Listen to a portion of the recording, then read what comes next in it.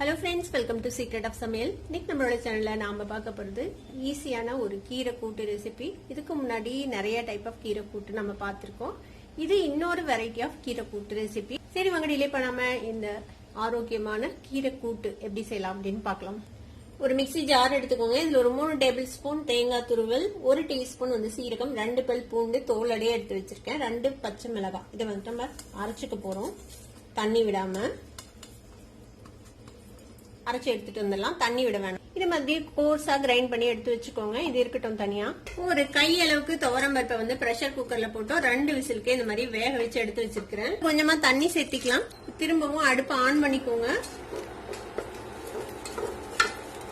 ஒரு 2 கப் அளவுக்கு பாலக்கீரைய நல்லா அலசி கிளீன் பண்ணிட்டு அதுக்கப்புறமா கட் பண்ணி எடுத்து வச்சிருக்கிறேன். இப்ப இதை இந்த பருப்போட சேர்த்திக்கலாம்.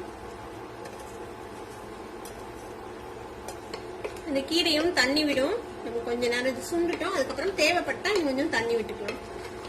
தேவையான உப்பு போட்டுக்கலாம். உப்பு கொஞ்சம் கம்மியாவே போடுங்க. பாலக்கீரை எப்போதும் உப்பு கம்மியா தான் பிடிக்கும். இன்னும் கொஞ்சமா தண்ணி சேர்த்திக்கலாம். இதுல இந்த கீரை வேகட்டும். மூடி வைக்க வேண்டாம். இது இப்படியே வேகட்டும். ஒரு 5 நிமிஷம் இப்படியே ஒரு மீடியம் ஃபிளேம்ல வேக விடுங்க. ஒரு 5 நிமிஷம் நல்லா வெந்துருச்சு. பாலக்கீரை குயிக்கா வெந்துரும். வேகிறதுக்கு ரொம்ப டைம்லாம் எடுக்காது.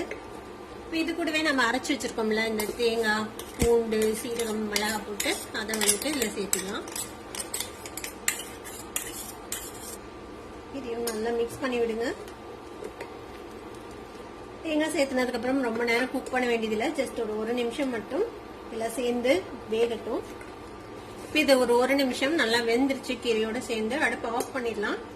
இதை தாளிக்கிறதுக்கு ஒரு தாளிக்கிற கரண்டியில கொஞ்சமா எண்ணெய் விட்டு வச்சிருக்கேன். இதுல கடுகு கொஞ்சம் சேர்த்துக்கோங்க. கூடவே கொஞ்சமா உளுத்தம் பருப்பு, கொஞ்சமா கடலை பருப்பு சேர்த்துக்கலாம். கடலைப்பருப்பு உளுத்தம் பருப்பு செவந்துருச்சு. கடுகு நல்லா வெடிக்குது பாருங்க. இப்ப இந்த ஸ்டேஜ்ல கொஞ்சமா கருவேப்பிலையும் வரமிளகா ஒன்றும் சேர்த்துக்கலாம். இப்ப நம்ம தாளிச்சதை இந்த குக்கர்ல கீரையில கொட்டிடலாம். நல்லா மிக்ஸ் பண்ணி விட்டுருங்க. அவ்வளவுதான், நம்மளோட கீரை பருப்பு கூட்டு ரெடி ஆயிடுச்சு. பாலக்கீரை கூட்டு இப்ப ரெடி ஆயிடுச்சு. இது கண்டிப்பா உங்க எல்லாத்துக்குமே பிடிக்கும். இது ரைஸ் கூட சேர்த்து சாப்பிடலாம். இல்ல இது கூடவாது தொட்டு சாப்பிடறதுக்கும் நீங்க இதை யூஸ் பண்ணிக்கலாம்.